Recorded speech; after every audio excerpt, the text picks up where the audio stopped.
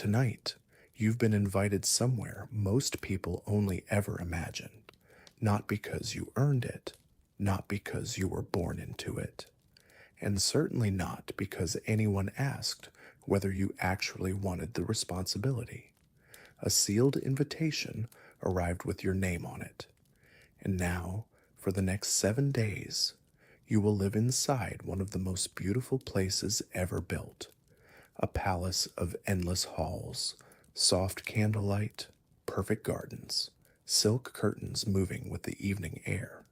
From the outside, it looks like a dream. Inside, it runs on rules. Before we begin, settle in somewhere comfortable. Dim the lights if you can. Maybe let a little background noise fill the room. And if you enjoy quiet journeys through strange corners of history, you already know where the subscribe button is. And tell me in the comments, where in the world are you listening from tonight? Now, take a slow breath and imagine this. Until this morning, your biggest concerns were ordinary ones: family expectations, what to wear tomorrow, whether people quietly judged your choices, normal things. Then everything changed.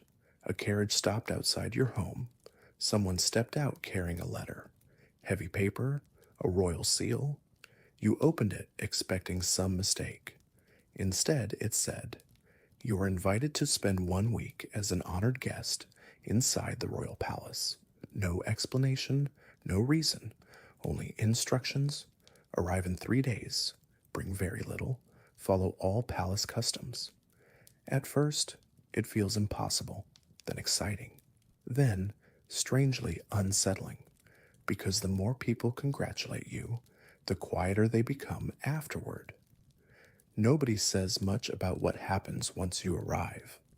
Only things like, be careful what you say.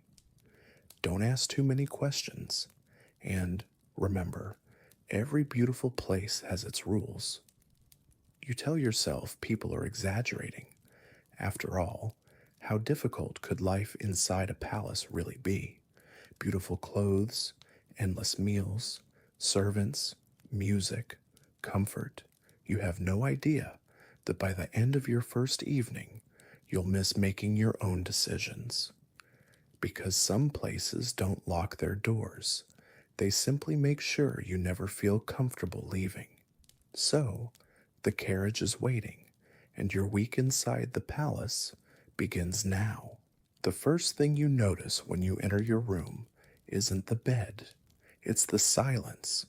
Not the kind of silence where nothing makes a sound, but the kind where everyone seems allowed to speak, and somehow no one does. In the center of the room sits a large bed. Heavy curtains frame the tall windows, and on the table there is a small card. It reads, "Evening dinner, 12 minutes after sunset. Guests must be seated according to the assigned order." You pause for a moment. Why 12 minutes? Why not 10? Why not 15? But here, it feels like every rule belongs to an old tradition, one that nobody remembers anymore, and nobody questions. You adjust your clothes. You glance at yourself in the mirror. For a second, you barely recognize the person looking back. Everything appears right. Everything looks beautiful. And yet, somehow it all feels a little too perfect. By the time you make your way downstairs, the sky has turned deep blue. The dining hall doors open. Warm light spills across the floor. A long table, rows of polished silver, many guests, all quiet, no one speaking loudly, no one laughing. And strangely, it doesn't feel uncomfortable. It feels more like everyone has rehearsed their role in a very old performance. Someone quietly guides you to your seat. Before sitting, you glance around, and then you notice something. Everyone sits the same way, the same angle, the same posture, as if invisible strings have already decided where everyone belongs. You sit. A few moments later, the first course arrives. Beautiful, delicate. You naturally reach for your spoon, and then the woman seated to your right looks at you. She says nothing. She simply shifts her own spoon by an inch. Immediately, you understand. You did something wrong. Without a word, you adjust your hand. Nobody reacts. Nobody comments. But somehow, it feels like everyone noticed. Dinner continues. Every few minutes, someone stands, someone sits, someone lowers their head. You don't understand the pattern, so you quietly copy the others. And the strange thing is, nobody corrects you, nobody embarrasses you.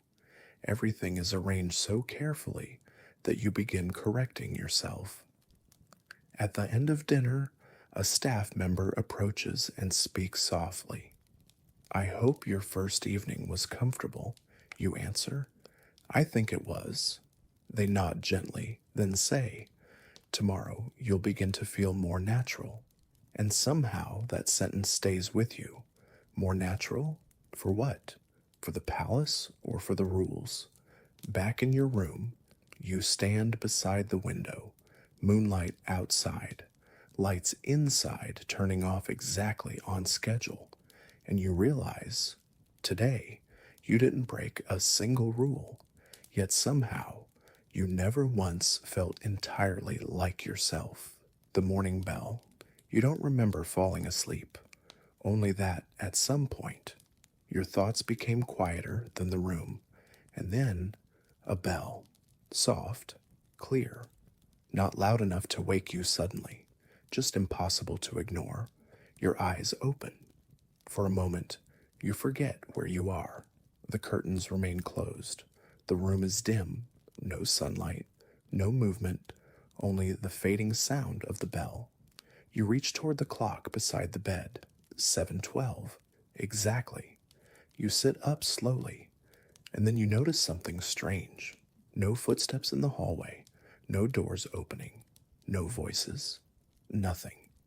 You stand and move toward the window, pull the curtain aside. Outside, the gardens are already alive. Guests walking, staff preparing tables, people reading, everything moving quietly, as if everyone woke up long ago. You look back at the clock, 7:13. You quickly get dressed and step into the hallway. The corridor's calm, too calm. No rushing, no late guests, no sleepy faces, only people moving with the quiet confidence of those who already knew where they were meant to be. You begin walking, then notice something. Every room door is closed, perfectly closed, not one slightly open, not one delayed. Downstairs, breakfast is already prepared. People sit in their places, eating quietly.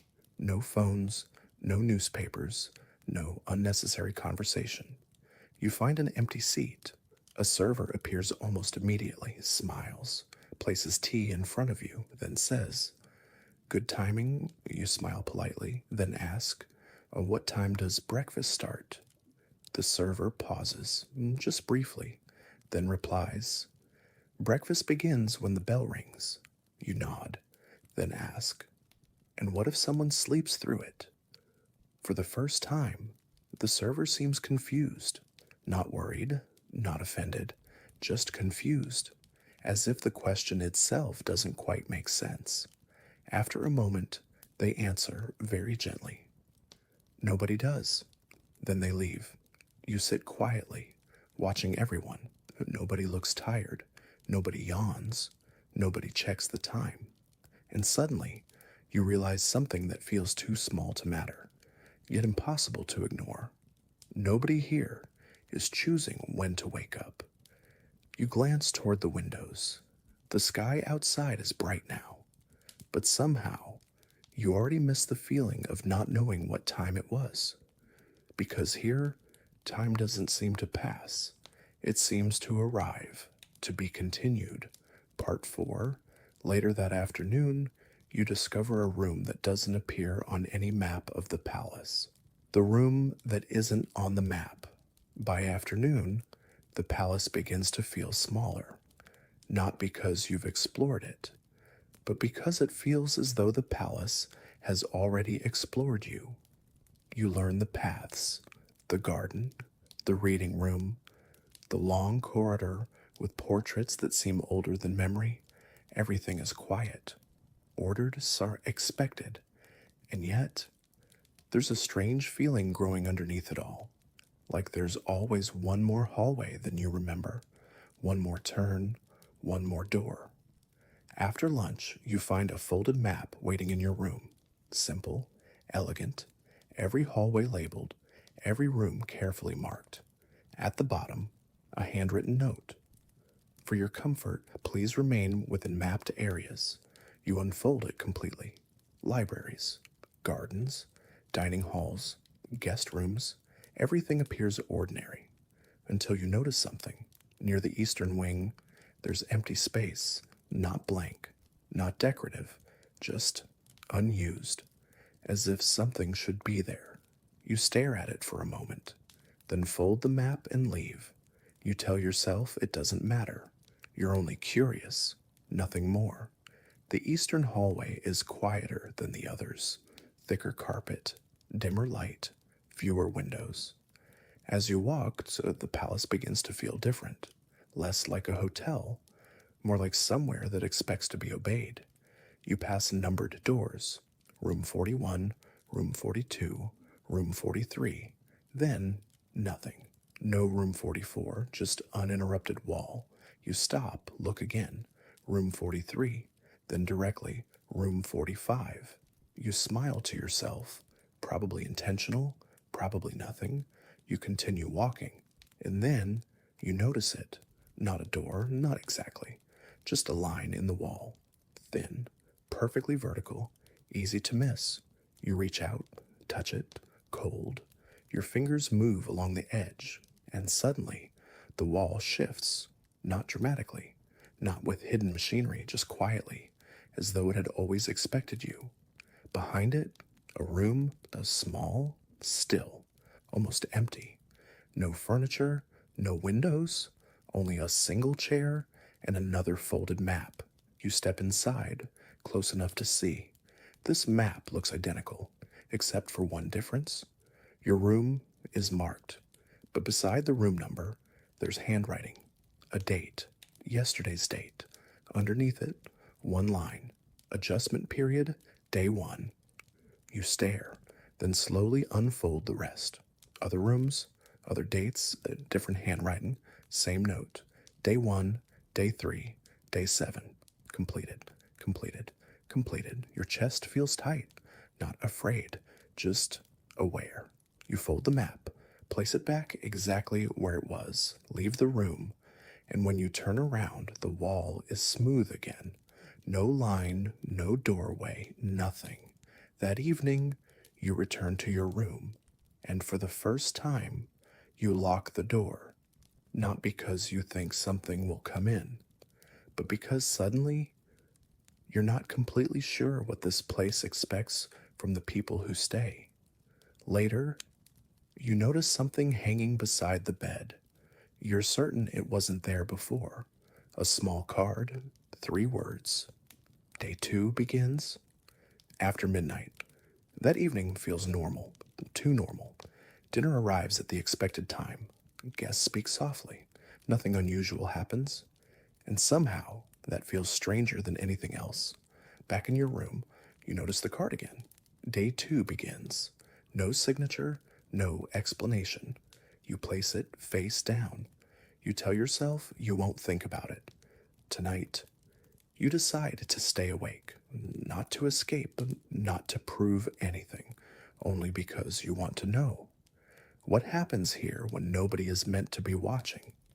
Hours pass, the palace becomes quieter, lights fade one by one, the hallway outside empties. You sit beside the window, reading, waiting. At some point, a clock somewhere strikes midnight. Soft, measured, 12 slow notes. Nothing changes. You almost laugh. Maybe that was all. Maybe there is nothing hidden here. Then you notice something. Outside, the garden lights turn off. Not all at once, one by one. like someone walking through the grounds extinguishing them. You stand, move closer, and suddenly you realize people are outside, walking slowly, silently, guests, still dressed neatly, moving through the gardens. No conversation, no destination, just walking. You watch for a while. Nobody seems lost. Nobody seems awake either. You open your room door. The hallway is empty, but not completely. Somewhere in the distance, soft footsteps. You follow them, not quickly, just enough to hear. Turn after turn. The palace at night feels different, longer, the ceilings higher, the silence deeper. You reach the main staircase and stop. Someone is standing there, a guest, hands folded, looking straight ahead, not moving. You wait. After a while, they slowly turn their head, look at you, smile politely, then ask, "Why are you awake?" The question feels ordinary, but something about it doesn't. You answer quietly, "I couldn't sleep." They nod as if they understand, then say, "That usually passes." And without another word, they continue walking. Down the stairs, into darkness. You don't follow. You return to your room, close the door, lock it. You check the clock, 12:47. You sit on the bed, certain now something changes here after midnight. You look toward the window one last time. The gardens are empty again, like nobody had ever been there. Then, you notice something beside your door, another card. You don't remember hearing anyone enter. You pick it up. Only one sentence. Guests are encouraged to rest during adjustment. You place the card down, turn off the light, and for the first time, you wonder if staying awake was exactly what this place expected. The conversation you don't remember. The next morning, the bell rings again. Soft, precise, unavoidable. You wake immediately. No confusion this time. No resistance either. For a moment, that thought bothers you. You get ready. Open the door. The hallway is already awake. Everything exactly where it should be. Exactly as yesterday. As if yesterday had been copied and placed here again. At breakfast, you choose a different seat. Nothing dramatic, just curiosity. A small decision. A quiet reminder to yourself that you can still choose. A server notices, smiles politely, and says, "Of course, you preferred this side yesterday as well." You pause. You didn't. You're certain. Yesterday, you sat near the windows. You remember because you watched the garden. You almost explain. But somehow, you don't. You sit. Tea arrives. Exactly the same. A few minutes later, the woman from the first dinner appears, the one who corrected your spoon without speaking. She sits nearby, looks at you kindly, then says, "I'm glad you slept better." You look up, confused. You answer, "I didn't sleep well." She gives a small smile, like someone hearing a familiar joke. Then she says, "You said the same thing yesterday." You stare. You never spoke to her yesterday. You're sure of that? You try to remember. Breakfast, dinner, the hallway. Nothing. No conversation. She continues calmly. You asked if people ever leave early. You feel still. You never asked that. You know you never asked that. You ask carefully. "What did you say?" She lifts her cup, thinks for a second, then replies, "I told you the same thing everyone learns eventually." She looks directly at you, not cold, not threatening, just calm, then says, "You leave when it feels natural to leave." She returns to her tea, conversation over. You sit there quietly, trying to remember, and then something strange happens. For less than a second, you almost remember asking, not a real memory, more like the feeling of a memory, a sentence without words, a moment without details. gone immediately. Breakfast ends, people stand, chairs move at the same time. You remain seated. When the room empties, you notice something under your cup, a folded paper. No one nearby. You open it. Only one line, handwritten. Try writing things down. No signature. You fold it, put it in your pocket. Back in your room. You take a blank page. Write one sentence. I did not speak to anyone this morning. You place it beside the bed. Simple, certain. Then you leave for the afternoon. Hours later, you return. The paper is still there. Same position, same handwriting. Except there is now another line underneath. Written in ink you don't recognize. You did. You stand there quietly, reading it again and again, because suddenly you're not sure which sentence was written first. The notebook in your handwriting. You don't mention the note, not to anyone, not because you're afraid, only because you're not sure what you would even ask. You spend the afternoon normally, walk the gardens, read in the library, watch guests move through their routines. Everything appears unchanged. But now, you begin noticing small things. People never seem to look for anything. Nobody checks the time. Nobody forgets where they were going. Nobody hesitates, as if every decision had already become easy. That evening, you return to your room earlier than usual. The paper is still beside the bed, your sentence, and the reply beneath it. Neither one changed. You place both inside a drawer, close it, and decide.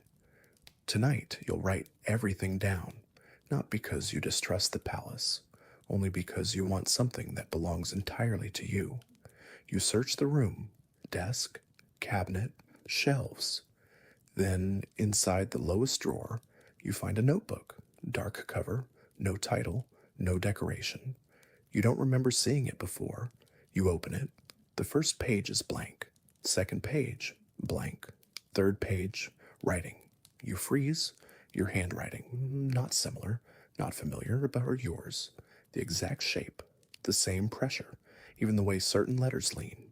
You stare, then read. Day 1 room, acceptable. Rules unusual. No concerns. Next page is Day 2, stayed awake. Unnecessary. Your hand becomes still. You turn pages faster. Every page dated. Every page written neatly. Short observations. Routine notes. Small details. And gradually, less detail. Day 3, Day 4, Day 5. Fewer words. Shorter sentences. Until eventually, pages become almost empty. Then, you reach the final completed page. No date. Only one line. Written carefully. Written slowly. Written by you. I think I'm becoming more comfortable. You close the notebook immediately. Stand. Look around the room. Everything unchanged. Nothing hidden. Nothing moving. You open the notebook again. Back page. Inside cover. And there. Small handwriting. Almost missed. If found before completion, please continue writing. You sit down, thinking, breathing, looking at the pen on the desk. Then, you do something simple. You turn to a new blank page and write. I have never seen this notebook before. You close it, leave the room, walk the whole way, stay away for hours. When you finally return, the notebook is exactly where you left it. You open it, your sentence remains. Underneath it, same handwriting, same ink, a reply. That's normal. You stare, turn the page. The next page, blank, except for a single sentence at the top, waiting. Day 7, and underneath, nothing, as if someone expects you to finish it. You slowly close the notebook, place it back inside the drawer, turn out the lights, and lie down. But before sleeping, you realize something you hadn't noticed before. The notebook never once said, "Who wrote day one?" Nobody gives you a number. The next morning, you wake a second before the bell, not intentionally. Your eyes simply open, and then, right on time, the sound arrives. Soft, measured, expected. You stay in bed for a moment, thinking about the notebook. Day 7. The unfinished page. The handwriting. Your handwriting, but not your memory. You decide something simple. Today, you'll ask one question. Nothing dramatic, nothing impossible, just something ordinary. How long do guests usually stay? Breakfast arrives, tea, silver, quiet conversation. Everything as usual, and you wait. Eventually, you ask the server, lightly, almost casually, "How long do guests normally remain here?" The server smiles. No hesitation, no discomfort, just a calm answer. "That depends." You nod. Wait. The server doesn't continue. So you ask, "Depends on what?" The smile remains, exactly the same. Then they say, "On when it begins to feel complete," and leave. You sit quietly. That answer means nothing, which somehow makes it worse. Later, in the library, you try again. An older guest, reading, relaxed. You sit nearby. After a while, you ask, "How long have you been staying?" The guest closes the book, thinks for a moment, then smiles, not confused, not secretive, just thoughtful, and says, "Not long." You ask, "A few days?" They look toward the window, then answer, "I don't think in days anymore." You wait for them to laugh, they don't. Instead, they ask you, "Does it feel long to you?" You open your mouth, then stop, because suddenly you're not sure.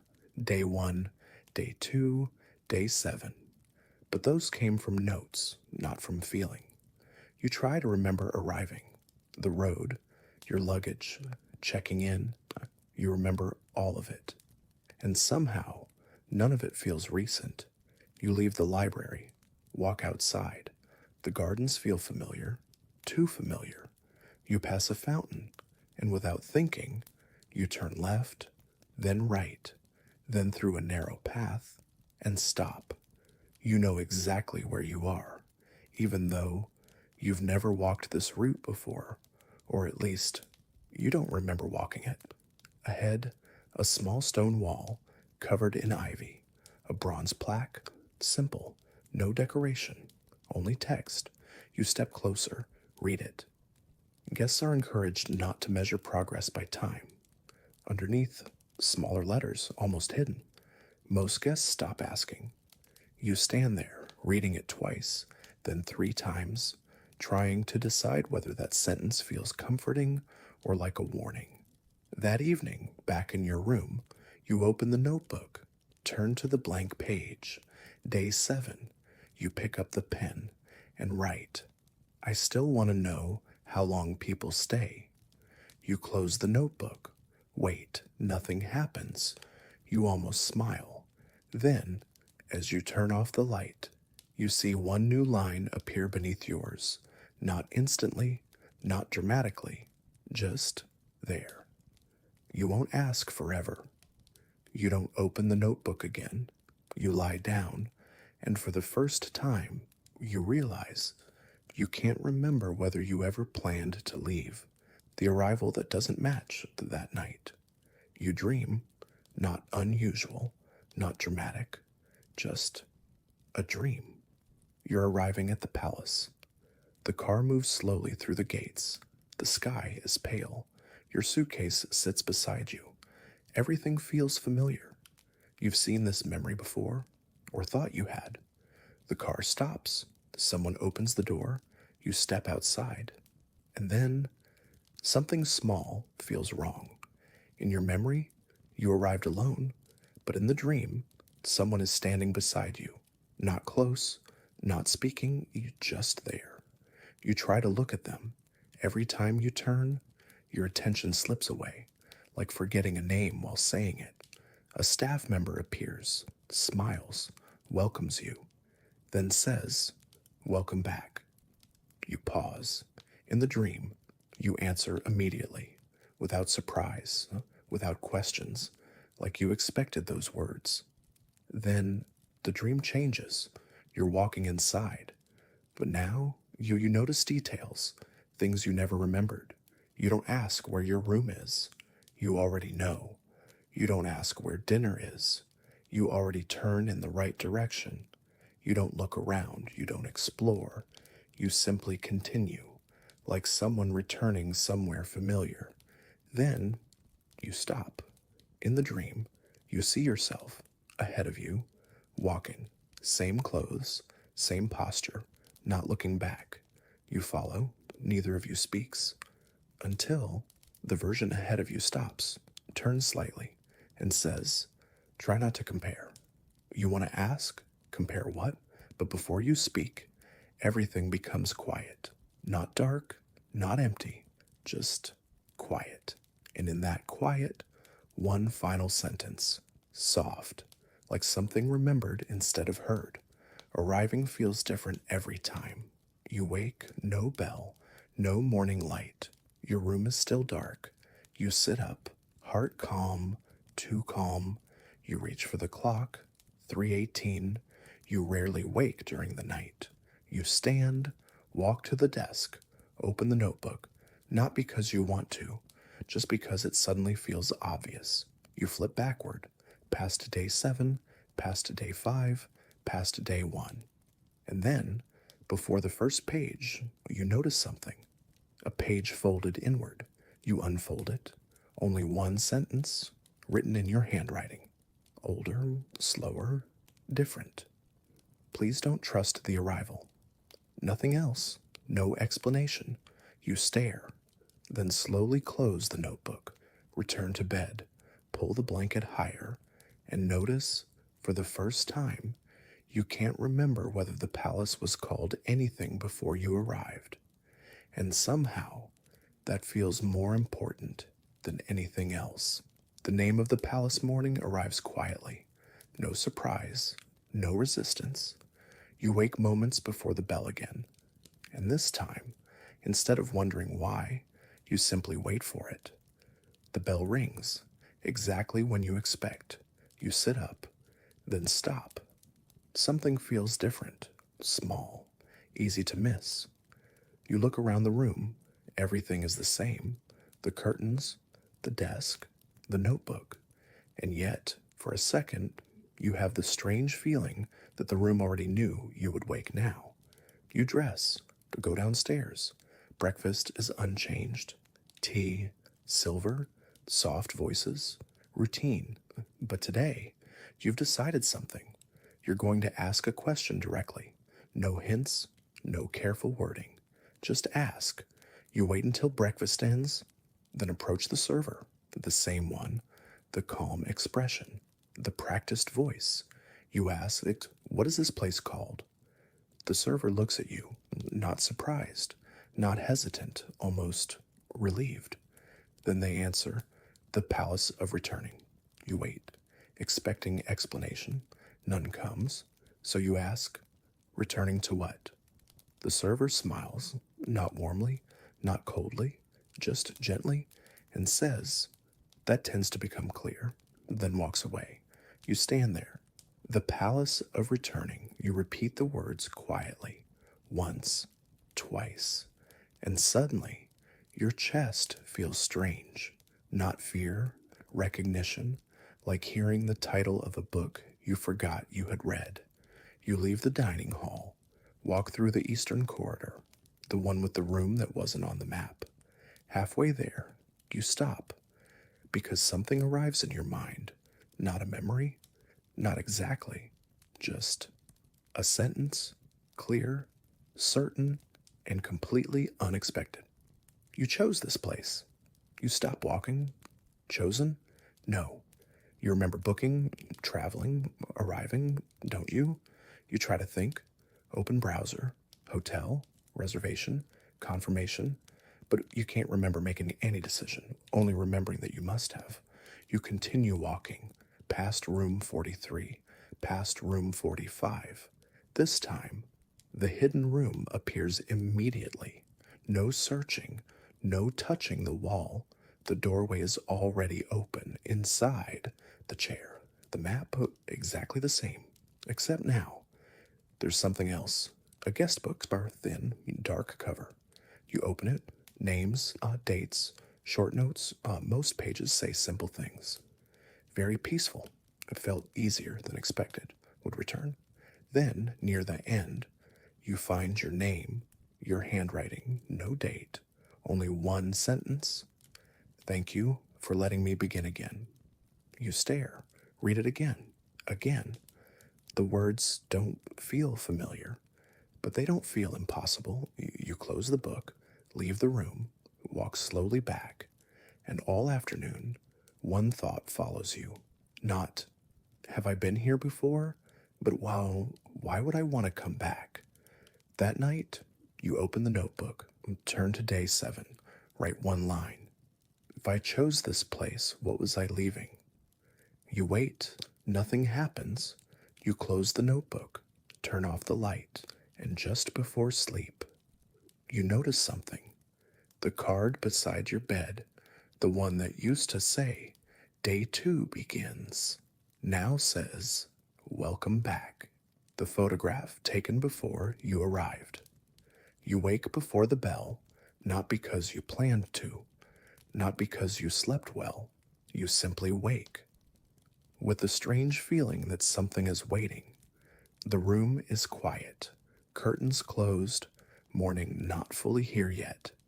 You sit up and notice something on the desk, a photograph, small, black and white, no frame. You're certain it wasn't there last night. You pick it up. At first, nothing seems unusual. It's you, standing outside, wearing the same coat you arrived in, looking directly at the camera, expression neutral, background slightly blurred. You turn it over, no date, no note, nothing. You look again, and then you notice it.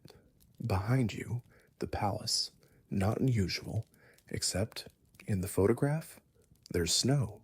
You didn't arrive in winter.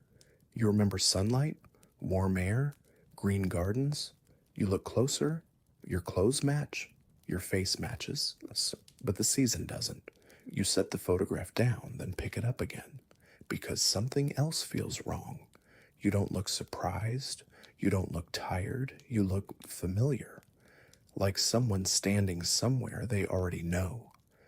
Breakfast feels quieter today, or maybe you notice silence more now. You bring the photograph, not to show anyone, just to keep it with you. Halfway through breakfast, the older guest from the library notices it, looks at the picture, smiles softly, then says, That one came out nicely. You freeze. You ask, You've seen this before? They think for a moment, then answer, I think everyone receives one eventually. You stare. They continue eating. You ask, Who takes them? They smile again and say, I never asked. That answer stays with you because somehow it doesn't feel careless. It feels practiced. You leave, walk through the gardens, sit near the fountain, take the photograph out again. This time, you notice writing, not ink, pressed into the paper, almost invisible. You tilt it toward the light. Words appear, taken during your previous arrival. You stop breathing for a second, then read it again. Previous, not first, not original. Previous. You flip the photograph over. Blank. You look at your face again, trying to remember, trying to force something back. And for the briefest second, you remember standing there. Cold air, snow, someone beside you, a voice saying, You don't need to remember immediately. Then nothing. Gone, like waking from a dream. That evening, back in your room, you open the drawer, the notebooks, the old paper, the cards. You place the photograph beside them, and suddenly, you realize something here.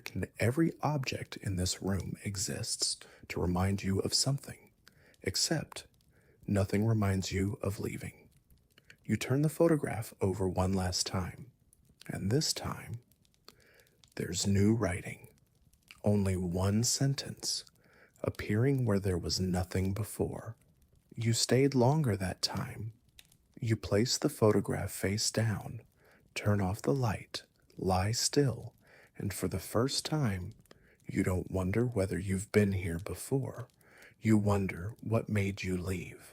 The name you answer to the next morning, you wake before the bell again. Not suddenly, not fully, just slowly, as if part of you had already been awake for a while. The room feels familiar, too familiar. You sit up, and for a moment, you forget which part feels strange. Then you remember the photograph, the words. You stayed longer that time. You don't look at it. You leave it face down, get dressed, open the door. The hallway is quiet, as always. But today, something feels softer, less like visiting, more like returning. You walk downstairs, breakfast, tea, silver, the same seat, except you don't choose it. You simply walk there, sit. Only after sitting do you realize you never decided. A server appears, places tea beside your hand, smiles, then says, without hesitation, "Good morning, Elias." You look up, pause, because that isn't your name. At least, you don't think it is. The server continues naturally. No apology, no correction, as if nothing unusual happened. And then, without thinking, you answer, "Good morning." Only after speaking, you realize you answered immediately, like you had heard that name before. You stay quiet. The server leaves.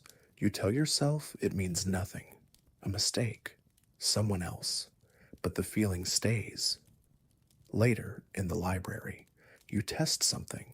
You open the guest book, turn to your page, your signature, your sentence, and beneath it, smaller writing, easy to miss. "Welcome back, Elias." You close the book immediately, stand, walk away, too quickly.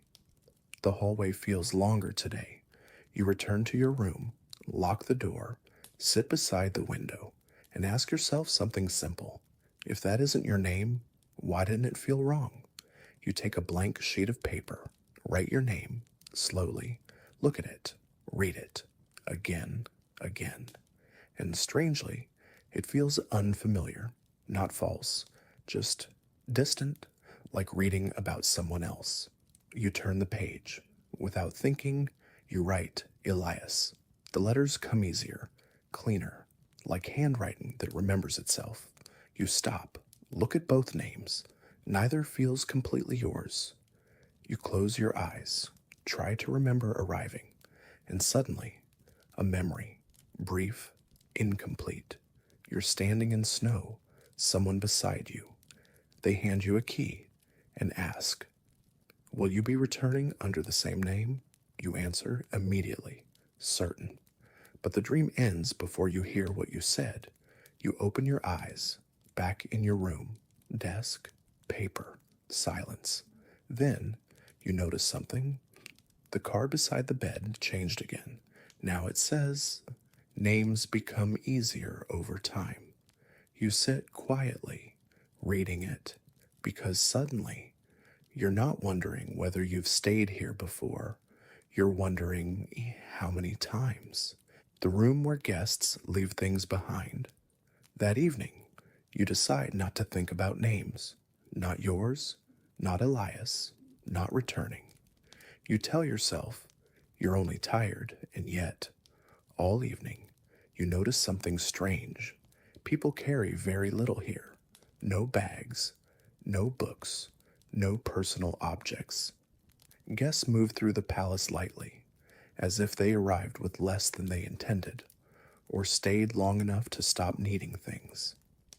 After dinner, you walk without destination, past the gardens, past the reading room, past the eastern hallway.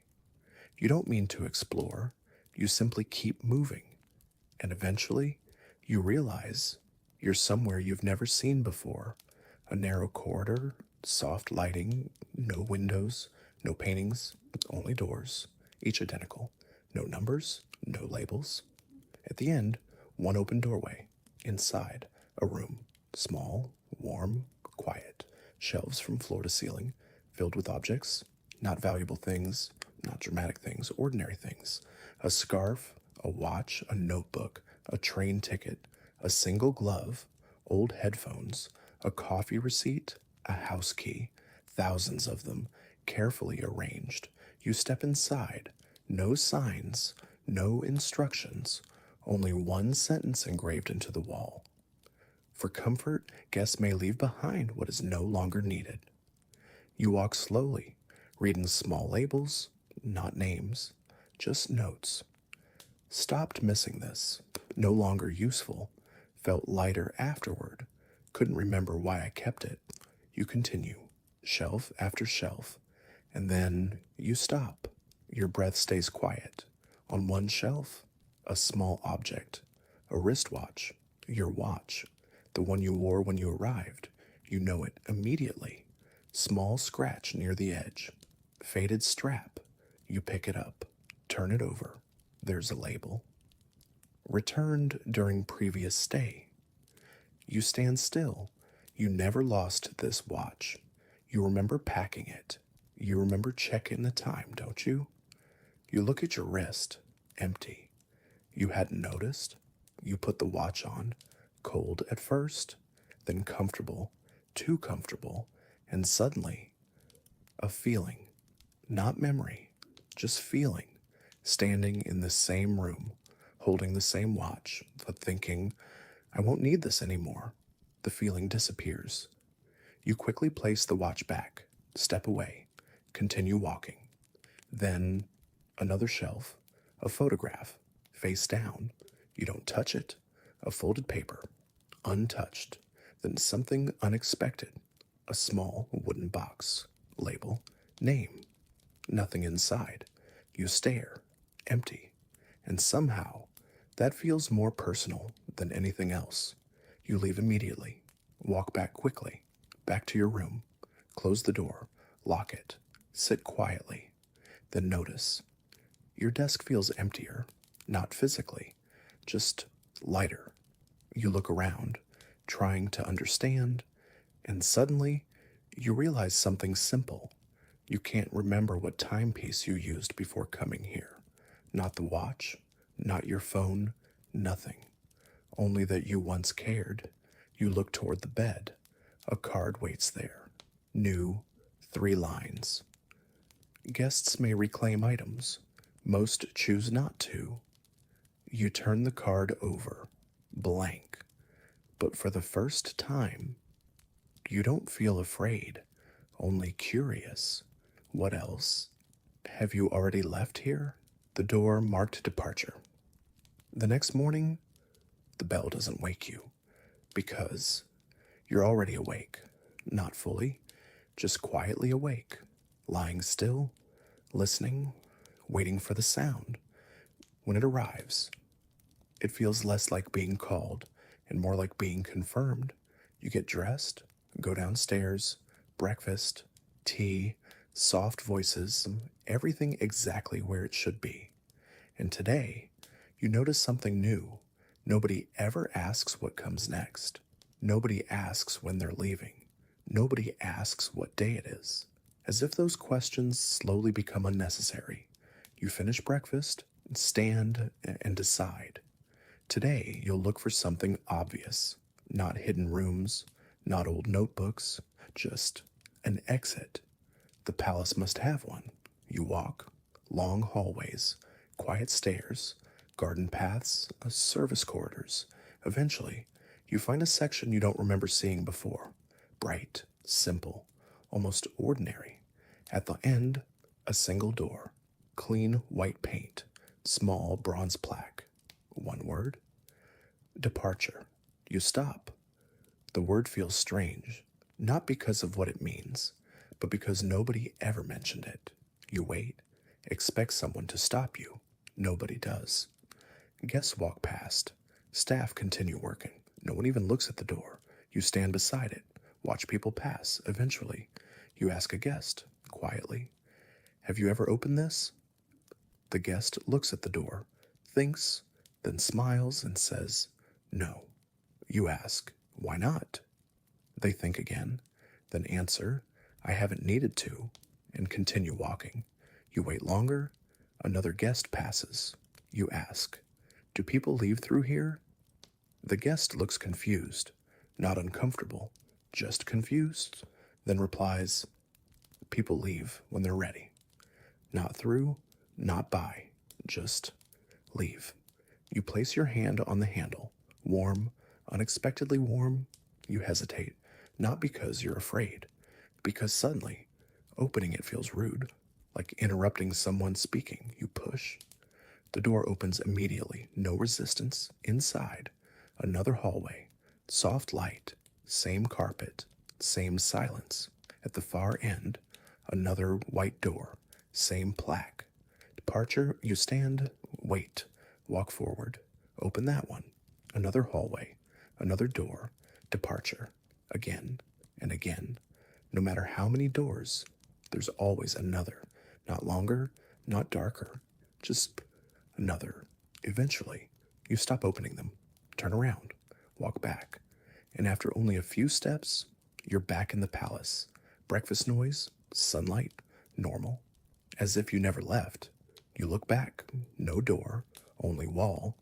You stand there quietly, then notice a small frame hanging beside where the door had been.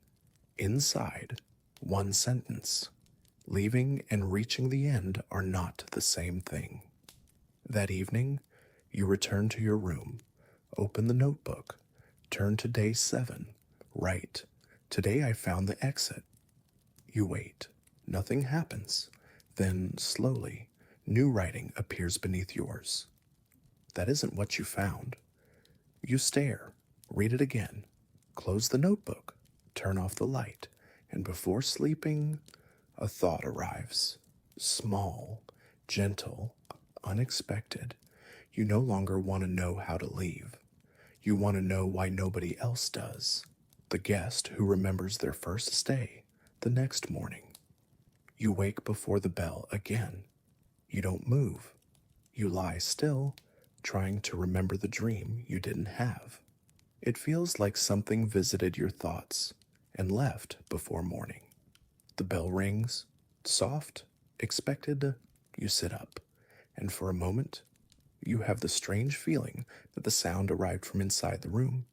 Breakfast is unchanged, tea, silver, quiet conversation, the same rhythm.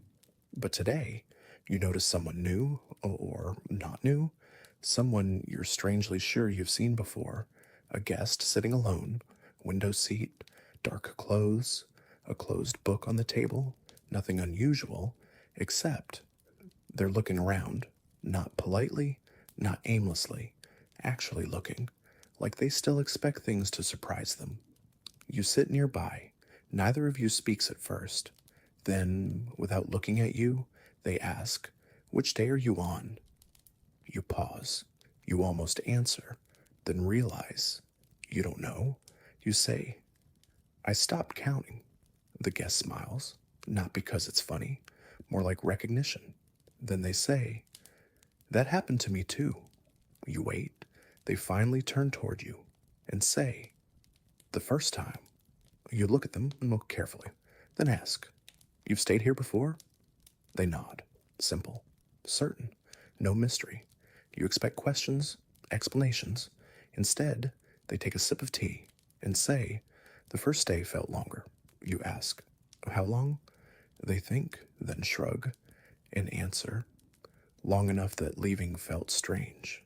You stay quiet, then ask, "Why did you come back?"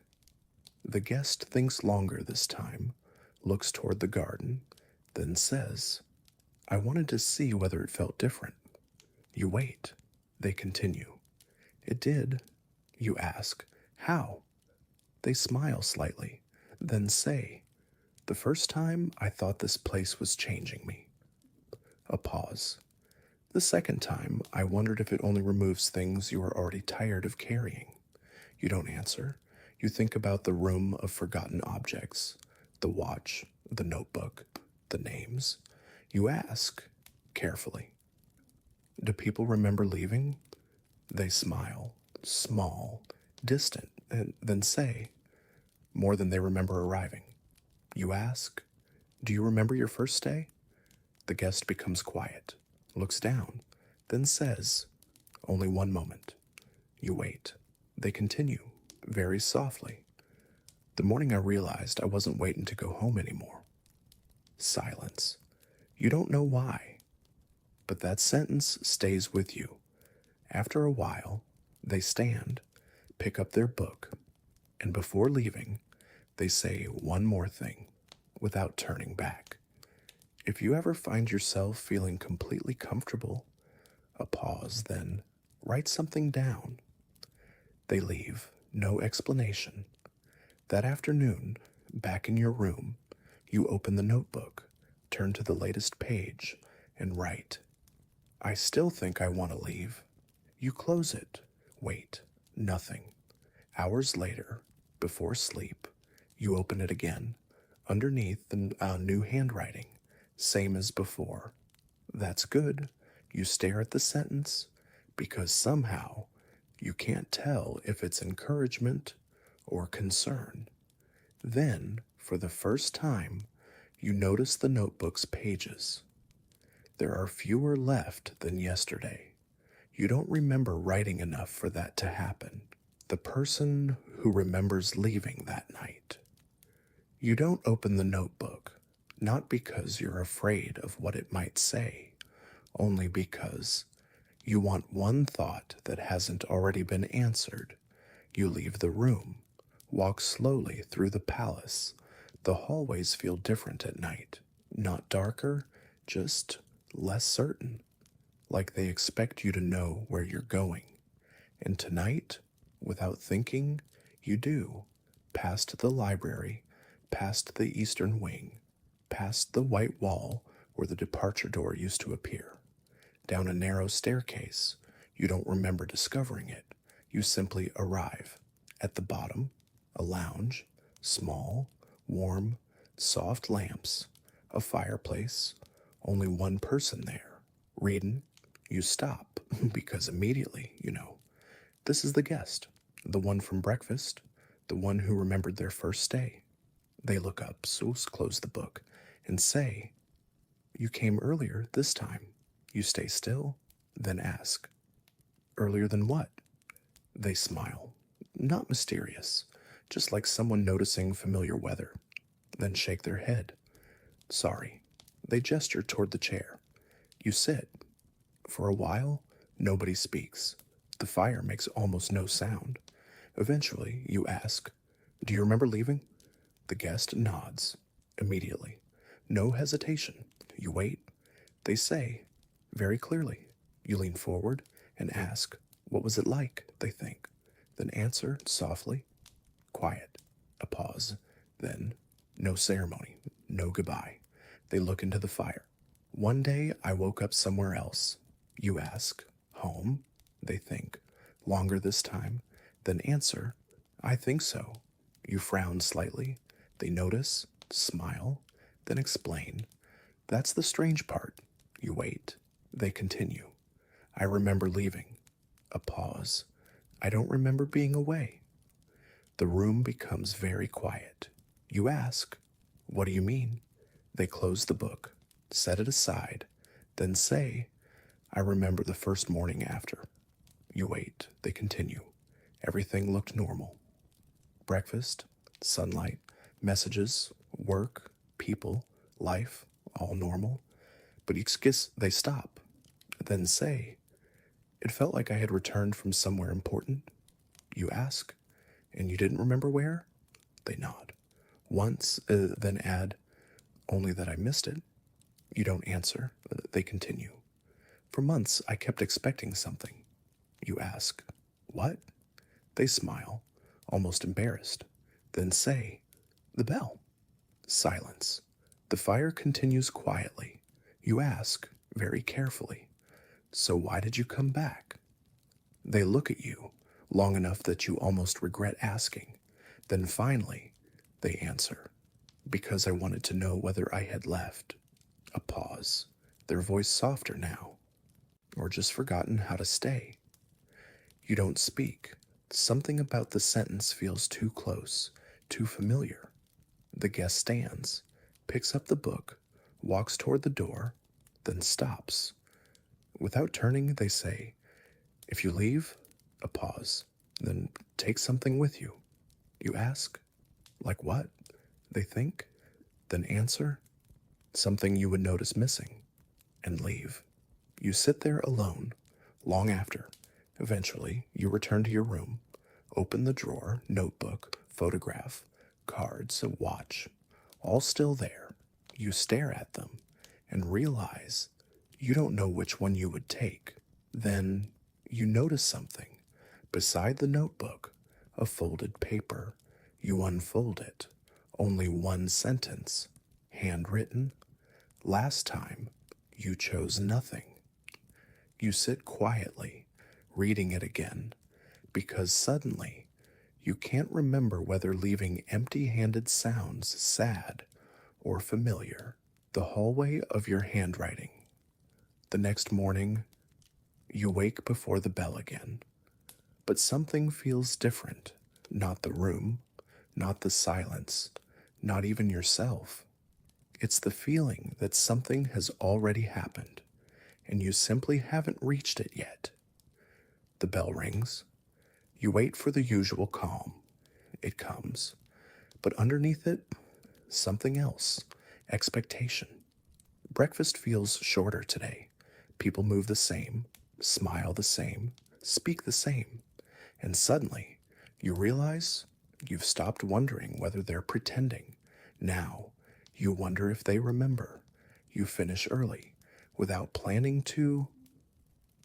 You walk past the library, past the gardens, past the room of forgotten things, past the place where departure used to appear, and eventually you arrive somewhere unfamiliar.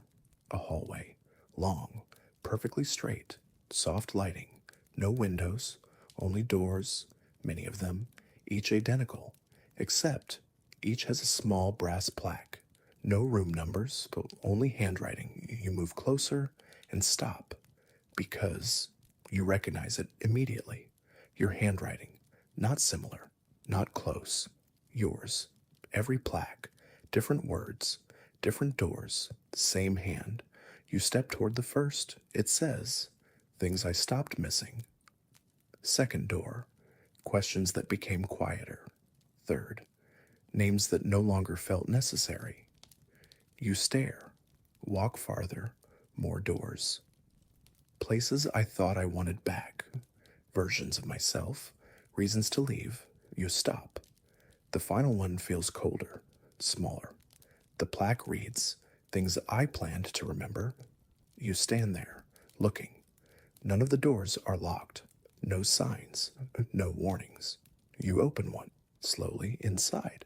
Empty room, nothing. It's only shelves. And on the shelves, labels.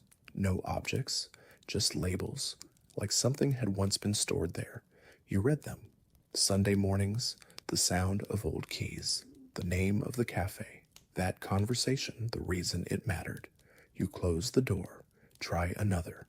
Inside, chairs, empty, each with a folded card. You open one, only one sentence. You carried this longer than necessary. Another.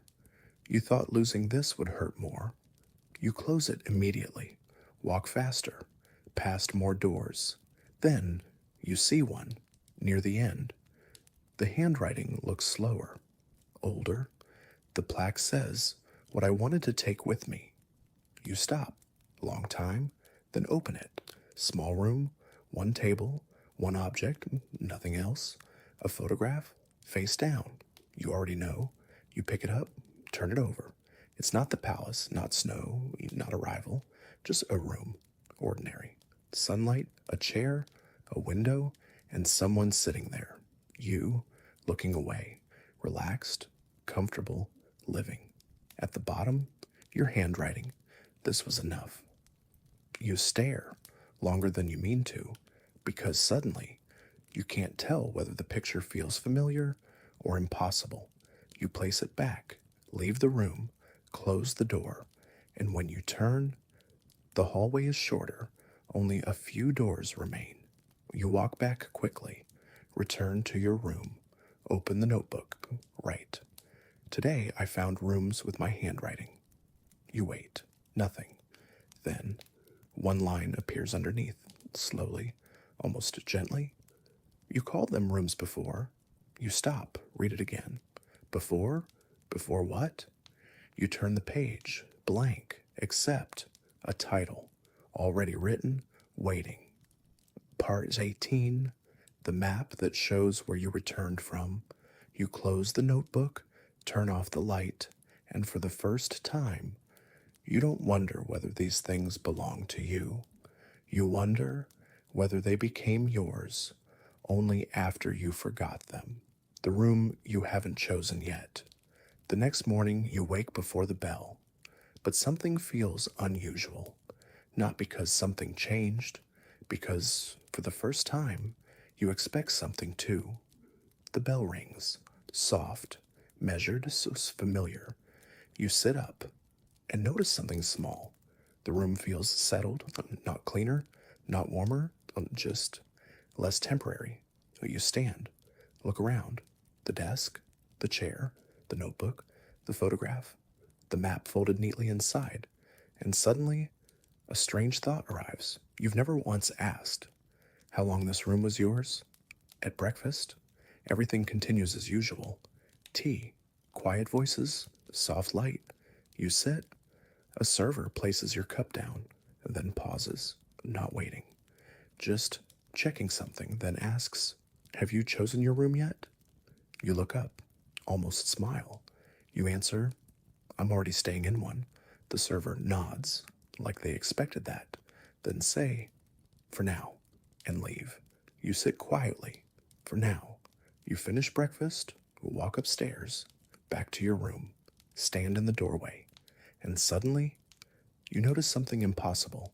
There's no room number, not outside, not inside, not anymore. Only a small card beside the handle. You pick it up, one sentence. Rooms remain temporary until selected. You look around. This room, your room, has it always looked like this? You try to remember the first day, the large bed, the curtains, the silence. But suddenly details feel uncertain. You remember being here. You don't remember arriving here. That afternoon, you explore. For the first time, you notice other doors, guest rooms, some open, some closed, and each room different, not in decoration, in feeling. One room filled with sunlight, one quiet and narrow, one overlooking gardens, one with walls covered in books. Guests move through them naturally, like people returning home. You ask someone quietly, "Do people change rooms?" The guest thinks, then answers, "Only until they stop." You ask, "How do they choose?" They smile, then say, "Usually they notice they already did." You continue walking, room after room. None feel wrong, none feel right, until, near the end of a hallway, you find one. Door open. It's simple. Inside, a chair, a desk, window, nothing unusual. And yet, you stop, not because you like it, because it feels expected, like entering halfway through a conversation. You step inside. On the desk, a folded note. You open it. Your handwriting, only one sentence. You picked this one last time. You stand still, look around again. Nothing dramatic, nothing special, just comfortable. You leave immediately. Return to your current room. Close the door. Sit beside the window. And for the first time, your room feels different. Not smaller, not worse, just borrowed. It's that evening. You open the notebook, or write. "I thought this room was temporary." You wait. Nothing. Then new writing appears. Short, careful. You always do. You stare. Read it again. Then look around. Curtains, desk, bed, silence, and suddenly you realize something strange. You've spent all this time wondering how people leave, but never once asked how people stay. Before sleeping, you notice the card beside the bed changed again. Now it says, "Selection begins tomorrow." You turn off the light and lie quietly, because for the first time, you're not wondering whether you belong here. You're wondering what choosing means. The room that chooses the next morning. You wake before the bell, but for the first time, you don't wait for it. You sit at the edge of the bed, looking around. The room feels careful today, like nothing has moved, but everything has been adjusted slightly. You notice the chair angled differently, the curtains opened a little more, the notebook centered on the desk. Small things, easy to ignore. You don't. Then the bell rings, soft, expected, and somehow, far away, you get dressed, open the door. Outside, the hallway feels unusual. Guests are standing quietly, not gathered, not lined up, just waiting. Nobody speaks, nobody looks uncertain. A staff member walks past, stops beside you, and says, "Selection day can feel unfamiliar," then continues walking. You don't ask what that means. Breakfast is quieter. No announcements, no instructions, only one difference. No one returns upstairs afterward. People drift naturally through the palace, like they already know where they're meant to go. You follow hallways, rooms, open doors, sunlight, silence. At first, nothing happens. You enter rooms, leave. Some feel comfortable, some don't. Some feel empty, some feel finished as hours pass. You stop trying, then, without deciding, you arrive back at the room, the one with the chair, the desk, the window, your handwriting. You stand in the doorway. Nothing special, nothing calling you, and somehow that makes it harder to leave. You step inside, sit, wait, nothing. Minutes pass. Then you notice something. There's no door, not gone, just not there anymore. Behind you, wall. You stand, look around, still calm. No panic, only quiet. Then the room changes. Not physically, not suddenly, just details. A second chair, a different lamp, a shelf, objects appearing slowly, as though the room is remembering. You walk to the desk, open the drawer, inside, papers, neatly stacked, handwritten, yours, pages and pages, dated, not numbered. You read one. Today, the room feels quieter. I think that means I'm staying. Another. I moved the chair closer to the window. Another. I forgot I chose this room. Again. You stop reading. Look around. The shelf now contains objects, not random ones.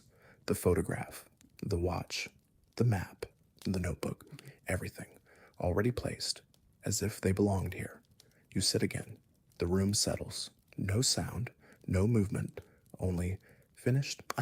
Then, on the desk, a card appears. Simple, cream paper, one sentence.